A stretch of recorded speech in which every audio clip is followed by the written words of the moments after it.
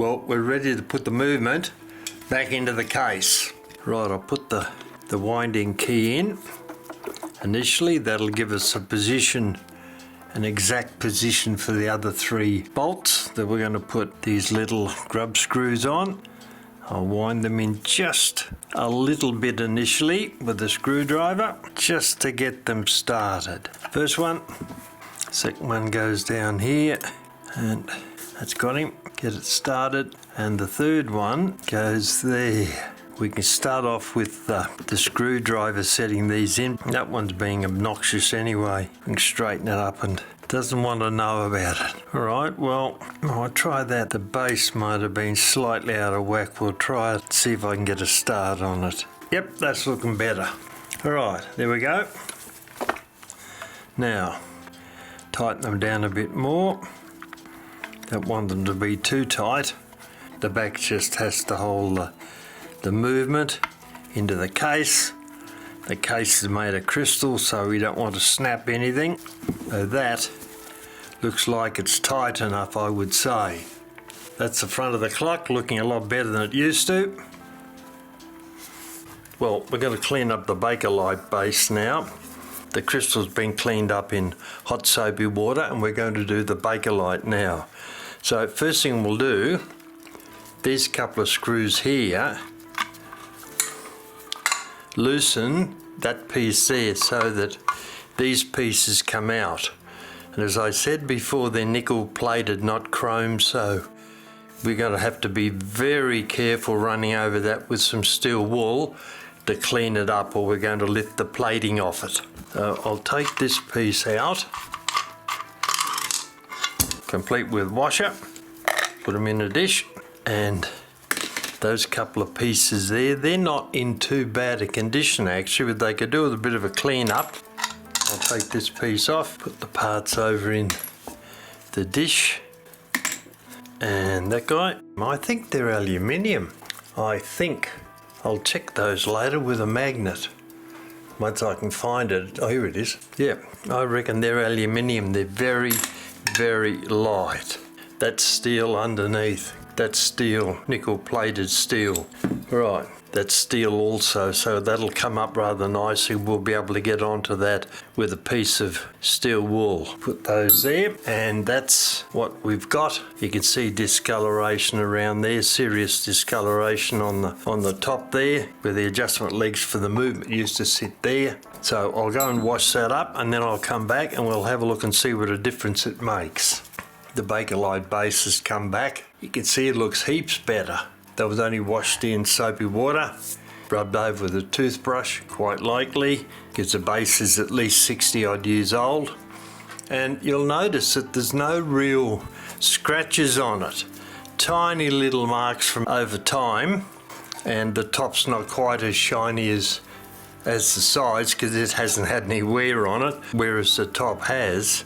But I'm not going to run over that with Brasso. It doesn't justify the tiny little micro scratches in that. A patina, there's nothing deep we really need to cut out. So I'm going to leave that as it is, and I'm pretty happy how that's turned out.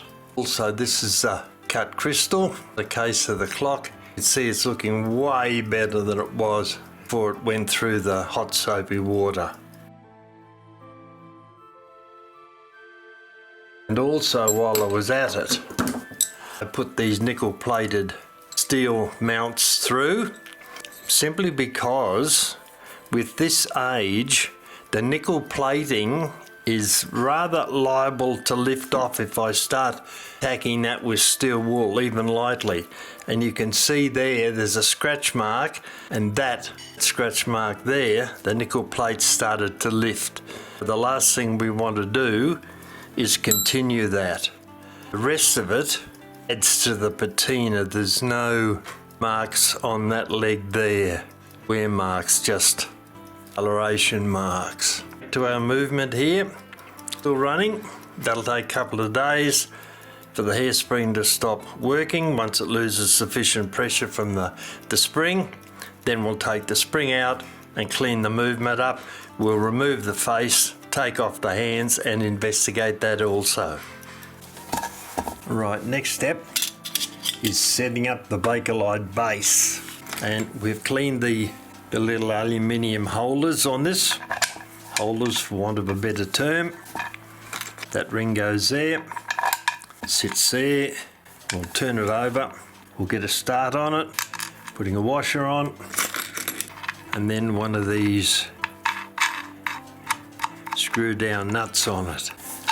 Whoop. So that didn't work out very well.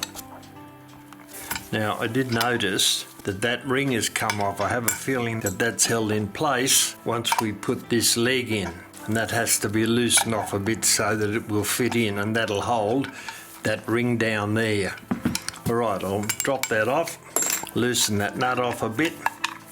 Now we'll put the other side in, turn him over, got a washer here somewhere, there he is, put him on, and then, right, so that's what we've got now. I think that these two pieces here, I'll just check them, reverse around to make sure they haven't got one way or the other. Okay, it's an equal angle. Right, so now put a ring on. We'll slide that piece through. We'll have to loosen off the nut on the bottom, and we'll slide it through to, I'd say, there. I think that's where it was last time. We'll tighten it down slightly, loosen off the other one, put the surround on it, and that's about, well, a bit more, loosen it off, and that is where it was last time.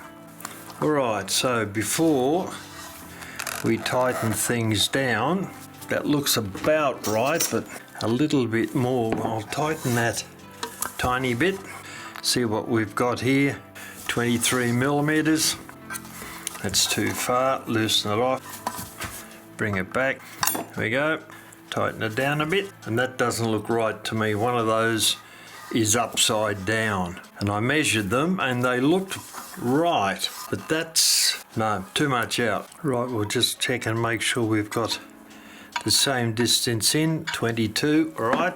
And these nuts have been tightened down at the back to hold it into place. And there's our clock, back in one piece. All right, so clock's back on the stand. This knob here, the knob for setting the time, I'll put that back on. So the clock is now finished, finally. It took long enough for the little bit of work I did on it, but it's looking pretty good, nice and shiny.